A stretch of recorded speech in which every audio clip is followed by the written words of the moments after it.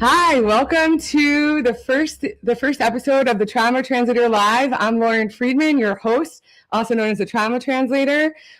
This is our first soft launch of the year, and right now we're just streaming on LinkedIn, but in the future it will be available across all the platforms. So thank you so much for joining us today. The Trauma Translator is actually a heart-centered mission that I have now created since June of 23, based on my own story, but also the desire to help others find ways to find healing, help elevate, educate, and empower others, because truly nervous system regulation, neuroplasticity, and embodiment are the foundation of healing, wellness, longevity, prosperity, and health. And it's really crime prevention and health and disease prevention and illness management and all the things that are destroying our lives we could actually work on from the inside out. So today I actually have Jessie Lizak, who is the CEO and founder of Reveting, and I'd like to introduce her. So excited to be here. Thank you, Lauren. Thank you so much for joining us, and thank you for giving me this opportunity. Absolutely. Thank you for giving me this opportunity. I'm so excited. So tell everyone about yourself a little bit. Okay, I would love to. So as she said, I am the founder and CEO of Reveting. I'm also the host of Wednesday, the longest standing LinkedIn Live, most consistent LinkedIn Live out there. And now I'm excited to help other businesses go live on LinkedIn, and we repurpose it to podcast, short form video, and excited to do that for Lauren because she has a very important message, something that really resonates with me.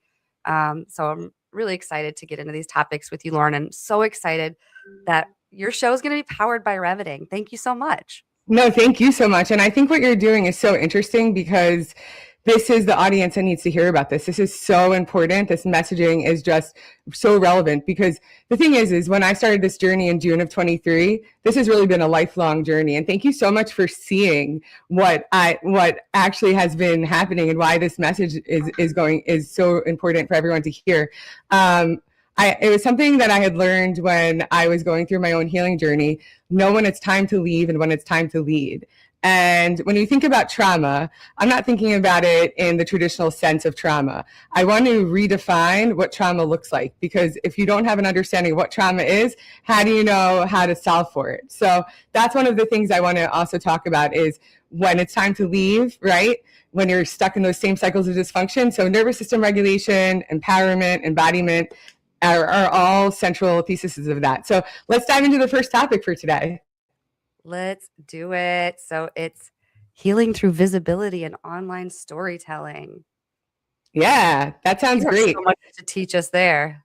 Yeah, well, I feel like there's a lot to learn from both of us. I think it's really interesting too. I'd love to hear a little bit about how you got into these LinkedIn Lives. LinkedIn Live is such an interesting place to be, especially right now, at the cross section of where, there's a lot of consumer fatigue around social platforms.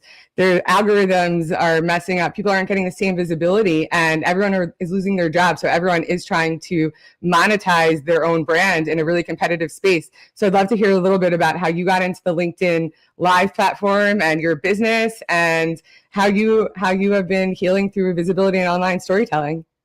Oh my gosh, thank you so much.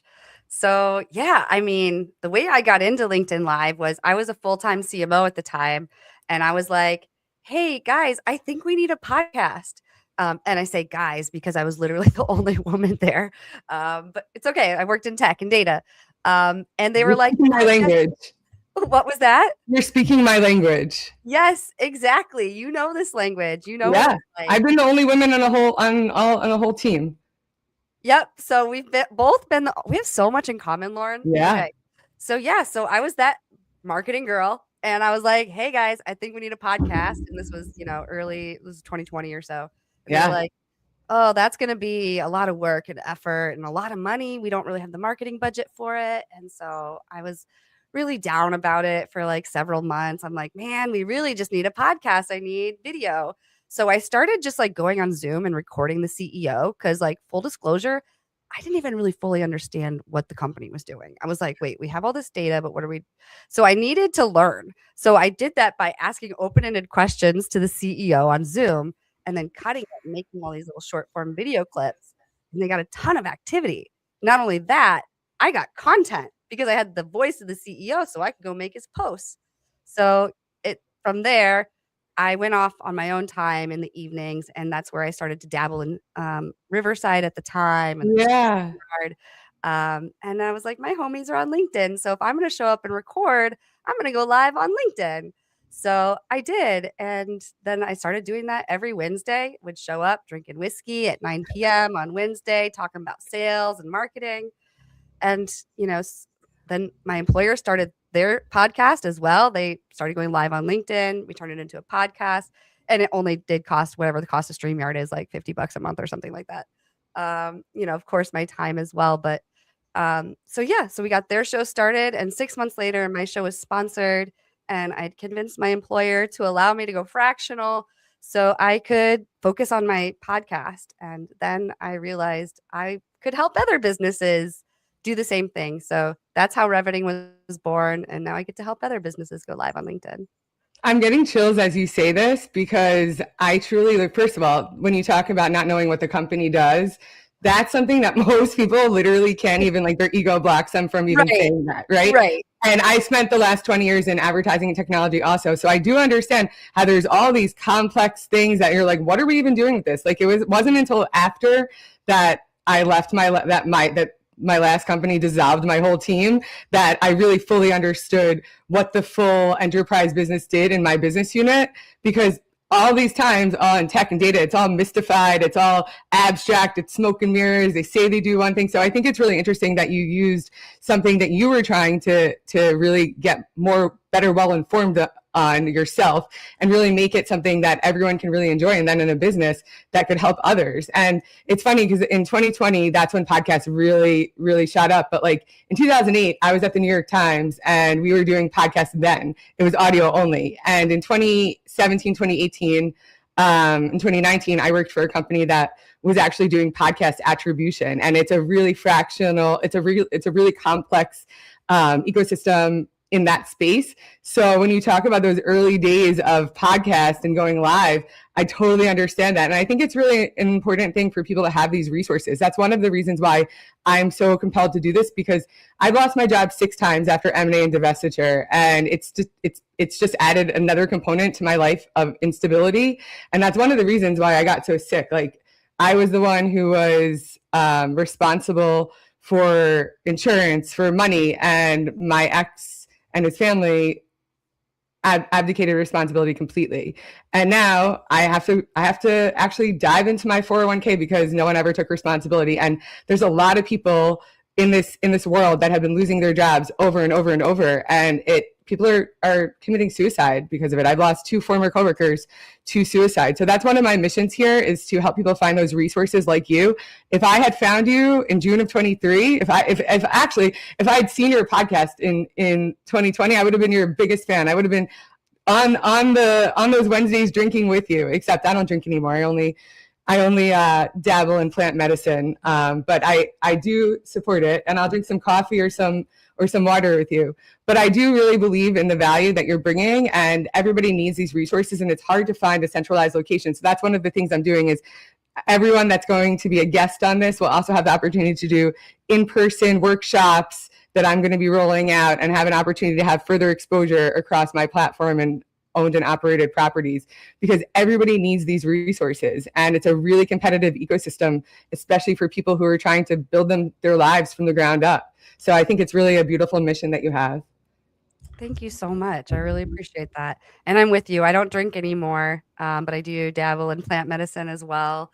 I love that for us. Someone on YouTube says the ganja. Exactly. Yes. Which, speaking of, we've got people in the comments, so I would love to hear who all here is in the comments. If you're here watching, let us know. We want to hear from you. This is Lauren's first episode. Yeah. I can't see the comments, so yeah. We've got David here in Indianapolis tuning in, and then hey, David. Our friend something powerhouse that was sharing the ganja. I love it. Listen, it's I've never taken a Xanax in my life, and I realized that one of the reasons I've never taken it, one, I used to think I had an addictive personality, but it's actually attributes that you could take on from people that you live with who do have those. So it's one of those things that stopped me. It helped me, right? But also, I don't have an addictive personality. That's also a trauma response. So it's unlearning those deep-seated behaviors. But one of the reasons I never took a Xanax is because no one ever prescribed it to me. My parents were old hippies. I only went to chiropractors and alternative medicine doctors, so and acupuncturists. And I then was like, oh, that makes sense. Why did no one ever think I had anxiety? Because I never spoke about it. So we're going to talk about the things that no one else really talks about, and we're going to do it in a way that is palatable across all varying levels of audiences and understanding. Because my essential mission here is to help other people find ways through, and the only way out is through. And when I spent the last 20 years in advertising and technology, I was able to use my 100-pound plus weight loss multiple times since 2013 to explain data, fidelity, and quality across varying levels of audiences and understanding. So that's now what I'm doing with trauma. So I'm working with underserved communities and different types of folks across all areas, such as veterans, divorced men, children, and families, and so many more, because everybody needs to heal from something, and not everyone has the resources or even the awareness to know how to find healing. That's so true. It, like, honestly, if you would have said healing to me like that, like trauma healing to me like that, like 6 years ago, 7 years ago, I'd be like, what are you talking about? I don't have trauma. Yeah, I didn't know about my nervous system and all that stuff. exactly. Well, that's Yeah. the other thing. That's one of the reasons I'm doing this, is because both of my parents were therapists. And I was in therapy since I was 5 after my dad's first suicide attempt. But I'd been having somatic responses to trauma, which nobody understood, since I was under 2. And I have a photographic memory from also that same time period onward. And most people with this quote unquote level of trauma lose their memory. So I really do believe this is my soul's purpose, to help people really identify those barriers that are disrupting their lives in ways that they don't really even understand, and really be able to break those cycles. I would love to hear, and I don't know if this is the right forum for this, but I would love to hear how you stopped drinking, because I agree with you. That is, when I thought that, like, I was like, I've been in therapy forever. What's going to help me now? If someone had told me, hey, trauma therapy will help you. You won't have to do 14 hours a week of CrossFit and starve yourself and take 60 laxatives a night and, do all of these things. I also would have punched them in the face if they told me that, like people did. And now I realize that this was really the path. This is as close to a panacea as humans can possibly get. Yeah. So I'd love for you to share a little bit about how you ended up on your sobriety journey. I would love to share that. Yeah, thank you. I started my business, I left my job, and then I had a gallbladder attack. And they told me I needed surgery. They wanted to do emergency surgery right there in the hospital.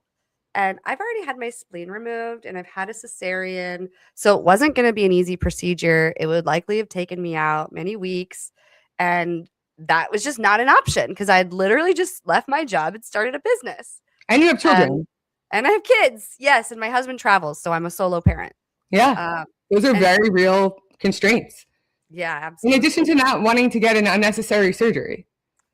Exactly. So then I was like, no, I'm fine. I want to go talk to my personal doctor first. I somehow got out of the hospital because, they kind of don't want to let you leave if they feel like you need a surgery. So that was complicated. I'm sure it was. Yeah. And then immediately, I learned from my boss at the time, David Finkelstein with BDEX. Well, he's my fractional CMO client, but he said, get a food sensitivity test. And I'm like, oh, okay. So I got a piece of my hair pulled and they tested it. And it was like, okay, well, you're highly sensitive to milk. You're highly sensitive to pork. Those are like the 2 big ones. Right. Yeah. You're highly sensitive to eggs. And so then at that point, I not only quit alcohol, I became completely vegan because I needed to focus on my business. I quit caffeinated coffee. I was like a huge coffee person. I went decaf only. I'm still only decaf. And that's how it happened. I mean, it was just pressure from wanting to like fulfill my dreams, wanting to like keep my business running, and not wanting to have surgery. So I just cut it all off. And I will occasionally drink from time to time, not completely sober anymore. I was for about 2 years, but Yeah, I don't know. It's been a really great journey. I would never go back. I mean, I think that's the reason what really resonated with me about that. And thank you so much for sharing. And I know we had a conversation offline about parts of that, like previously. And I was like, yes. But what really resonated with me though, is that your body was telling you exactly what to do and you listened to it. And you knew you didn't need that surgery. And you knew that there were changes that you could make. And that's one of the things that's been part of my journey too. Like I'm also not in AA. If you're in AA, you can't, and I don't have anything against it. I think people should be in AA. They should completely be sober. Like anyone would laugh me out of an AA room, right? For saying, oh, I'm like California sober or plant medicine sober. But the thing is that you know what's good for your body. I also can drink, but my body, if I tried to drink right now, my body would reject it. Like I got sick of drinking well before this. So I also, like you, kind of had to evolve into this.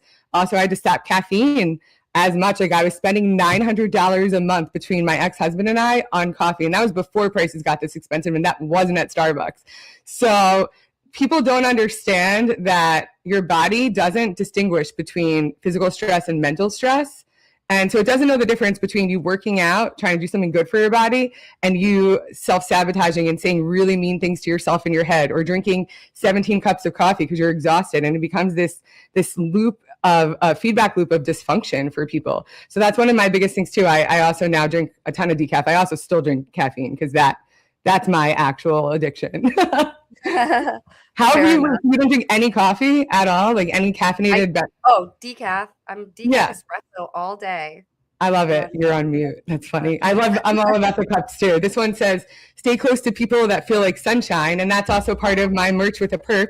That's merch with a purpose. Oh my gosh. Can you tell us more about merch with a purpose? Yeah. Thank you for asking. That's what my hat and the hats behind me are, and my water bottles. And I actually lost the water bottle that people used to stop me in the street to talk about. But merch with a perp is something that I've always known that was going to be part of this enterprise business, but it's healing-centered anxiety relief tools with a portion of the proceeds funding the pediatric complex trauma nonprofit that I'm going to be starting and scaling, called the Why Go Foundation. And it's named from it's inspired by a Pearl Jam song, Why Go? Maybe someday another child won't feel as alone. So that's the central mission here behind everything, is to help people feel less alone in their struggles through connection to self, connection to others, and connection to a higher power. And the only way you could do that is through understanding trauma at a somatic level. And it starts with your body speaking to you, just like yours did. Totally. Yeah, you're right. Have you heard of the book, The Body Keeps the Score? Yeah, that was 100%. I've actually met Dr. Bessel. You did? Yeah, I met him last year because I have some certifications in trauma. I wasn't trying to just go into this blindly. I'm not a therapist. I'm not trying to be. But I do want to educate, and that's what I'm doing as a trauma translator and speaking engagements offline as well. So that's one of the things I'm also offering, because everybody needs to learn about this. And you just said it perfectly. Like, doctors, the medical community isn't well informed with this because they're not taught this in medical school. So it wasn't until I was having flashbacks and wetting the bed and having extreme brain fog while I was interviewing at Amazon and Google and Oracle, and I literally still secured a job, and I did all of this high functioning work, and I didn't know how to stop. And your body was telling you needed to stop. My body was telling me I needed to stop, but nobody teaches you how. And when you're in business, I've had so many developmental courses, so many things offered at all of these enterprise companies, and even really small companies that don't even have HR departments, but they have HR consultants, and they give you all of these personality tests. And I worked one of the jobs that was most dysfunctional to me. My boss was kind of a D word. And he was an a-hole, and he knew he was. And they didn't have an HR department, but they had this HR consultant, and she would do all these personality tests. And I was like, there's no personality test I already know he's an asshole. But guess what? If you regulate your nervous system, you don't have to be. You could show up better and more clean, and in a way that actually promotes growth and structure. Because we have to remember what we're here to do. When we're working with each other in a business environment, we're not here to be best friends. We're not here to see who's right or who's more powerful. We're here to do something. We're here to sell things. And that's why one of the reasons I'm doing these workshops as a trauma translator offline is to really hone in on those skills that people need in order to be more successful in their interpersonal relationships, whether that's in business or in personal life, because how you do anything is how you do everything. And all of these slogans can be found on the whygoproject.com merch with a perp shop. I love that. So if they wanted to go to the merch with a perp shop, where do they go? whygoproject.com. And we'll include all of this afterwards when we post, and you can also find it on whygoproject.com. WHY. Okay, yeah. I love that. Should we move into the next topic? Yeah, let's do it. The human side of innovation and leadership. Lauren, this is such a good topic. And with everything you've gone through in tech and like advertising, I feel like you have a lot to teach me here. Well, I'd love to hear your background and just how you've been applying it in your current position and your business, because I do think it's really interesting too that you were able to have your corporate job and then move to a fractional role. There's not a lot of companies that would let you do that. So I'd love to hear how you were able to parlay that into what you're doing now and how you're helping entrepreneurs find their human side through innovation and leadership. Oh, thank you. Well, I couldn't do it if the CEO and founder of BDEX wasn't this just like totally open-minded guy. Like David Finkelstein is like the most data-oriented person I know. And he understands marketing because they send data basically to like TV advertisers. They do it at mass scale. So he sees things over and over again. And so we've just built a really great relationship based on results. So by giving results, he trusts me, and I was able to build that trust. And I was also always very open with him, maybe to a fault. Like literally, I was that CMO who went to my CEO and ended up crying, and I didn't mean to. But like, he didn't hold that against me. He actually saw it as a warning sign. He saw it as a warning sign that something, like I was feeling something that I couldn't communicate, which was true. Yeah. I was sensing that things were happening that I couldn't control, that no one else could control, and blame was being pointed in the wrong place. And I didn't know how to communicate it. So I couldn't have done it if I didn't have a boss who was just like super open-minded. So that first and foremost, you have to have a good CEO if you're going to do something like this. But I guess the other way I've done it is just by like, I think you have to remove the ego as a leader, because as a leader, it's so easy to get an ego, like, oh, I'm in charge. Everyone listen to me, my way or the highway, which sometimes you have to do. Like you have to put down your foot.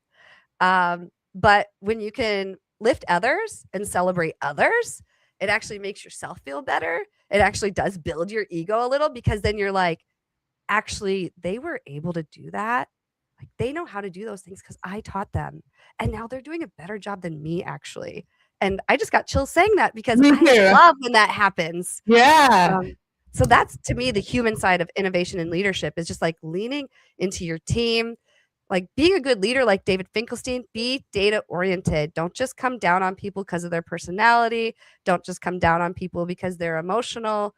Look for the results. If it's getting results, then celebrate it and encourage it. That's interesting. I like that too. Like, I mean, for me, like one of the things through my own healing journey, I actually feel like I've lost my ego. I don't feel any ego at all anymore, because I've been really humbled by, I have $7,000 left in my high yield savings account, like right now. So this is a reality that I'm living in currently. And when you think about, you expressing emotion in business, like that's really like looked down upon, especially as a woman. So the fact that you were in a receptive environment and that you were able to be felt and heard is really important. And you were also able to release. That's the thing, is that I didn't even know how to cry until 2022. So I think that's really a beautiful story. And you're also empowering others and helping them save themselves, because at the end of the day, we're all trying to save ourselves. And for me, like, leadership is leading by example, is leading with integrity. If you say you have integrity, then make your actions match your words. And also, you could lead with data, but also there's a human side behind it. And like, I've been put in positions where I'm doing my hardest to sell something, but internally they are trying to shut down this business unit and they're closing it down. They turn down deals and they make it so you can't sell anything. And then what do you do when you lose your job and then you didn't make the money you were supposed to make? And then they're like, oh, we're data driven. So I think that these are really important things to think about when you think about the human side of business, because these are things that are compounded. And they're not, when I started to look at life through the lens of trauma, I realized that type of dynamic wasn't just isolated in my career, but that's been prevalent throughout my entire life, whether it was in my family life, my parents working against me, no one helping me, in my marriage, my in-laws, literally my ex-in-laws literally stealing from me in the family business while I lost my whole family, while my dad killed himself, and they knew it. And I lost my job 6 times. And I was like, who steals from somebody whose dad killed himself? I just want to know. That's a real question. And when you think about that, you need to think about it holistically. So that's one of the things I really want to bring here too, is for people to understand that these things don't happen in an isolated fashion. You know, if you think you're stuck in these same cycles of dysfunction, there's probably a deeper reason why you've been there. And once you could see that, you could extract yourself from it. And it's not easy, and it doesn't happen overnight, but it happens consistently with pattern relearning, reparenting yourself, and neuroplasticity, which is what actually has enabled me to break free from these cycles. Neuroplasticity is the ability to build new neural pathways and create new habits and be able to break those addictive cycles. And one of the things when I stopped drinking, I realized my issue was sex and love. And I am going to be doing an After Dark on a different platform about sex and love addiction, but that translated to every part of my life, including my career. So I was addicted to my job. I thought it gave me power. I thought it gave me stability. I thought it gave me safety. It's the same reason why I stayed in my marriage. I thought that was perceived safety. And none of those things were safe. And my body was trying to tell me the whole time, but I didn't know it. I just kept, nobody cares, work harder, right? So that was what was in my head. And that's not what I'm doing anymore. I'm working responsibly to make sure that my body and I are aligned, because we're one. We're not separate anymore. And that's another thing that I really hope that this professional community and people really understand when we talk about these things, is that you can't just go full throttle 1,000% all the time, because your body will respond. You do need to take breaks, and there's ways to manage your capacity so that you're not breaking down all the time. Like, I haven't had a migraine, which was debilitating to me when I learned how to feel pain for the first time in 2022. I haven't had a migraine since before I got divorced, and I had major triggers, and I haven't had one migraine. And it's really interesting to see when you remove all the toxic cycles from your life, that when you step back into those environments that are no longer good for you, your body will tell you, but only if you know how to listen. You have to have the awareness and connection to self. That's really powerful. Yeah. And sometimes, and I'm guilty too, whether it's a job or a relationship, you get stuck in these patterns and you don't even realize it. No. I mean, I was a co-CEO at a Series C SaaS company. This was, I don't know. Actually, this was 2020. This was 2020. And I left that job in shingles because I got so stressed out. We had like at-home kindergarten. So I was doing at-home kindergarten for the pandemic. I had a little one that was like 2. And then a 5-year-old is a little one. Yeah, he's a little one now, but like, you know, he's 7 still. So he was little then. Yeah, that's what I'm saying. You still have all the little ones. Yeah. Random things in his mouth and stuff, you know, like you got to watch him. It was too much. And I thought I could do it all. And I was in a pattern where I was doing it all. And then my body literally said, no, you are 35, but you're going to have shingles like a 70-year-old. And it just was the worst thing ever. I ended up leaving the job. I ended up finding another job. But yeah, we get into these patterns and it's hard to get out. And you don't even realize it until your body tells you sometimes.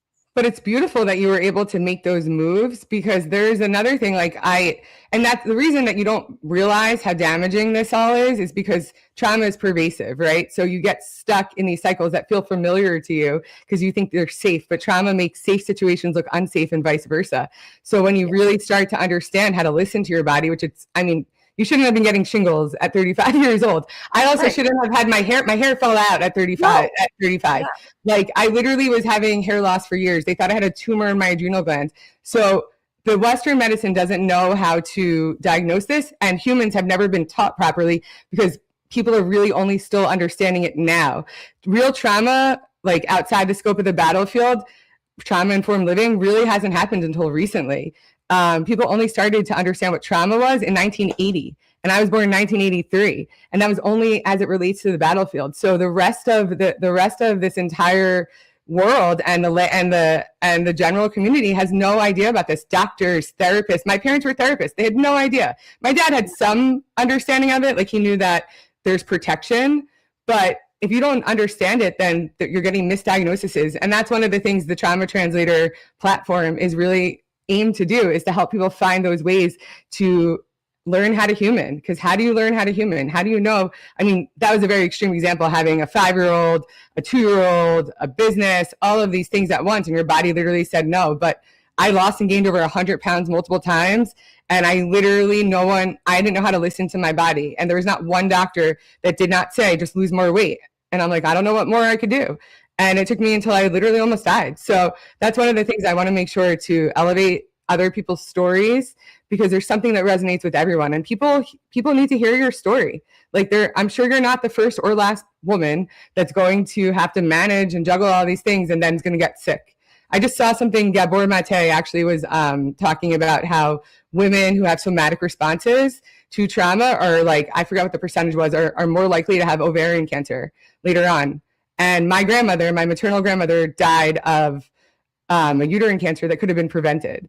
And there are just things that we don't fully understand. That's why trauma translator and nervous system regulation and embodiment and neuroplasticity all matter, because all the ways that humans are suffering, whether overtly or in ways that they don't understand, are the things that stem from unprocessed trauma living in your body. The OCDs, the ADDs, the cancers, the autoimmunes, even the headaches. Who knew? Everyone just said it was stress, and everyone looks at it as nurture versus nature, but it's really epigenetic and environmental. And it lives in your genes, and it becomes more pronounced through environmental factors. So that's why everyone's like, oh yeah, it's genetic, and they use it as an excuse, but it's not. It doesn't have to be. And you could reverse illness.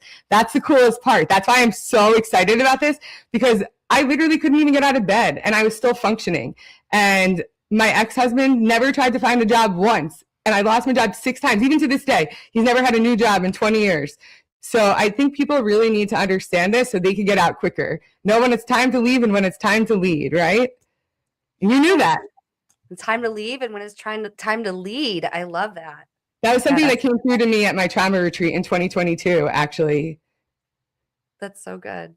I felt it was like a sign from the universe. So that was something that I took with me as part of this, because I truly believe that, like, you knew when it was time to leave, and you did, and you started to lead on your own. I had to. Yeah, your body made you. Yeah, definitely. So let's go into our last topic of the day. Let's do it. Tell us a little bit about the WAVE mission and community. Oh yeah. I mean, for me, all of this, like all this stuff that like happens in life, it's made easier by strong community. And so that's what the Women Wave community sort of is. So I've got a couple. I'm a big WhatsApp community person.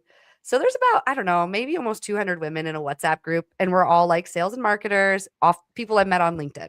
And now other people invite other people. So I don't know if we're all on LinkedIn, but the main thing there is like we're all posting on LinkedIn. We're all trying to grow on LinkedIn. But you know, they talk about writing books in there, and there's a whole bunch of other discussions. We share like software advice. But like during the pandemic and during like the loneliness of leadership, because leadership can be very lonely. You know, that was my community. That was like my safe spot. It actually formed because there was another community of all men. It was like all men, techie sales guys who were talking about cold email. And some of us women were like, we can't really get a word in here. And like, you know, so, and some felt like scared. So I was like, let's just start our own group. So we started our own group. And yeah, it's been super helpful for me, especially as a solo parent, to have like this constant chatter of women happening all the time, you know, of like, let me just get in there and see what's going on. And it's uplifting. But like, that's what the Women Wave community is. It's just a group of women who are connected with each other, who share with each other. But I think digital communities are important, but it is also really important to have in-person community. But yeah, to me, community is key in trauma. You shouldn't have to go at it alone. You should have a village. You'd have to build a village. I mean, I had to build my own community. So I did. I built a Women Wave community. And looking back on it, it's probably because I was a little bit lonely. I was like a solo parent and no one in the house, and I'm with my kids. So I'm online. Like that's where I get my interaction with people. And Yeah. so community for me, it was kind of a lifesaver. So yeah, I'm curious what you think about community, Lauren. No, that's really beautiful. I think that that's also really important. And it's funny because I do everything, like my whole mission here is maybe someday another human won't feel as alone, not just children. And it's a wave. It's always been a wave. Like even though I've gone through all my different iterations of brand names and different logos, actually my necklace says I'll ride the wave where it takes me. And I truly believe in that. Like it's about flowing, and it's about going from dysregulation to a regulated state and knowing how to do that, but also finding that community. Because one of the stickers, oh, it's not on this one. I have all different, because I'm still recovering from, OCD and ADD and having things that are inside and outside water bottles. But this one, it's true. This one says connection changes everything. And then the other one says, I let thoughts pass like waves. And these are things that have kept me, like the community has kept you in your power. And these have kept me in my power, because I do believe in the power of community, but I also know that from learned experience that people are only able to show up for you as much as they could show up for themselves. And I haven't found one person that I could rely on consistently in my entire existence. So I've had to find ways to and rely on myself. And it's been through these things, right? That I used to surround myself with things that I thought would protect me. I tried to protect myself through my body, which I didn't even know I was doing, right? It's so pervasive. So I think it's really important when you have that community and you have that connection. And it really does change everything. Like when I went to my trauma retreat in August of 22, I met people that were like me for the first time in my life. And the things I was told that were wrong with me, not just by society, not just by my jobs, but by my mom at a young age, that was actually, I was told like conflicting views, that I was a genius. I was asking thought-provoking questions from under 2, but I was always verbal. That's why no one caught this. This is why women are really, really misdiagnosed too. Neurodivergence is really just it's a trauma response. Everything's a trauma response. Yeah. And I met people that were like me, and it helped kind of lift the burden off of my shoulders. I was like, wait, that person has that exact same response from a major trauma at 5 years old as well. And I was like, wait, I'm not alone. So I agree with you. That's actually the mission behind all of this, is to create that community, create those containers so that everyone has ability to feel seen, feel supported. And I am doing it also for myself, because I have to build this on my own. I do feel really isolated, not just as an entrepreneur, but as a person in society. I spent Thanksgiving by myself because there's no places that I feel safe where people have extended invitations that were safe for me.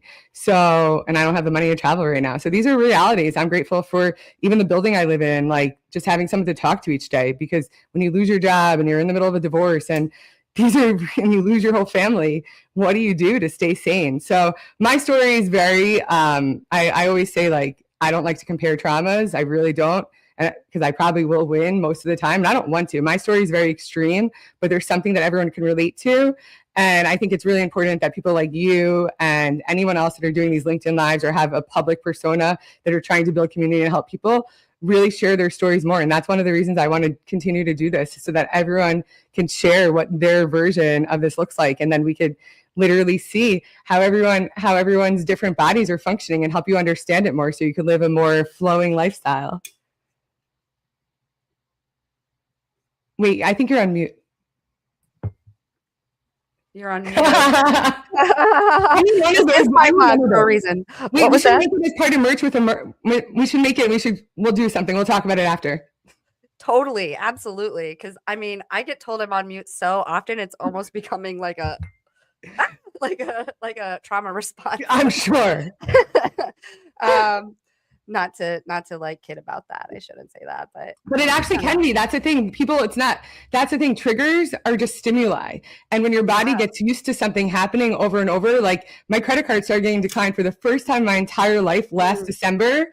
And I had an 850 FICO score. I've been financially independent since I was 19. And it was because my ex-in-laws can't live within their means. And my ex-husband didn't abdicated responsibility, and I'm the only person trying to save us, and I was being lied to and manipulated for all these years. And when you like think about triggers, right, it's stimuli. So if you keep getting put on mute and you have like a stress response about it, it's not shameful. It's literally your body responding to it. And that's the thing about, you also can be aware of things and also let it pass by and not have to give them meaning. That's one of the things I've learned too. So I see that release of a breath, and that to me is a signal of release, and you're in a parasympathetic state. Yes, absolutely. I'm all about breath work these days. Yeah. And just going on YouTube and searching whatever you're feeling and find breath work for it, and literally just sit there and breathe. Yeah, And that's what this necklace is. It's actually Camuso is one of my affiliate partners. They were at my the trauma retreat that I went to in August of 22, and this actually helps you breathe. It helps you exhale longer, and it also just reminds me to breathe. You can actually find it on my website as well as it says collabs. Wait, can you hold it up to the camera? I want to see it. Yeah, and that's so cool. I'll send you a link after. It is really cool. And like, that's one of the things I learned too. I didn't know I wasn't breathing. I was paying all these people to tell me to breathe. I had a trainer. I was doing CrossFit classes. No one ever taught me how to breathe. And that's also a sign of nervous system dysregulation, is not taking a breath, speaking too quickly, because you are always in a state of constant fear of things just happening around you. So it's really about like rooting into yourself, taking that pause and reconnecting. And I know you do a lot of sound healing, and I really look forward to, and I've always planned on having this as part of the business, having my community of people like you and resources, having offline events. So I'm really excited to eventually have you conduct a sound healing class for us in an offline event. Absolutely. Oh, yeah. I can't wait for that, because it's absolutely going to happen. We're going to put it in the universe. I mean, it's very easy for us to do this. So it's definitely going to happen. We don't have to even put it in the universe. It's happening. I mean, I feel like you and I are pretty much like creators. We just make things happen. So, yeah. We'll do it in both of our cities. I'll go back. I'm not worried about it. It'll be New York. It'll be where you are. It'll be good. Oh, I need a reason to come to New York. Let's do it in New York. Done. Sold. Done. Let's go. I love it. Well, thank you so much for being on today and for actually saving me. You gave me something really, you and David gave me something really incredible to look forward to. I'm so grateful to have been on with Matt Fogarty a few weeks ago. I believe it was on the 18th of November. And I was able to meet you and really share this platform more fully. And I hope other people take advantage of the Reveting service, because I truly am so grateful to have your support and really finally feel like I have real support in this ecosystem. Thank you so much. And I'm so excited that you're doing a podcast, because we do need this message out there. And fortunately, since you like to talk, this is the perfect role for you. So this is like, divine alignment. I was told, this is why I'm doing it. I've been told my whole life, I just need to go somewhere and speak. So I'm like, okay, cool. That's what I'm doing, if that's what you want from me. Yeah. But also, the universe did not want me to continue to do my job. My body literally rejected it. So how else am I going to live? So thank you so much. I can't wait to continue this further. And next week, we're going to be regularly scheduled for 1 p.m. Eastern, 1:15 p.m. Eastern on Thursdays. And we will be having a guest that we're going to be promoting soon, and she's amazing. So stay tuned for that. I'm so excited to have you on again. And I look forward to all the incredible things that we do to help others while helping save ourselves. Thank you so much, Lauren. Bye-bye. Bye.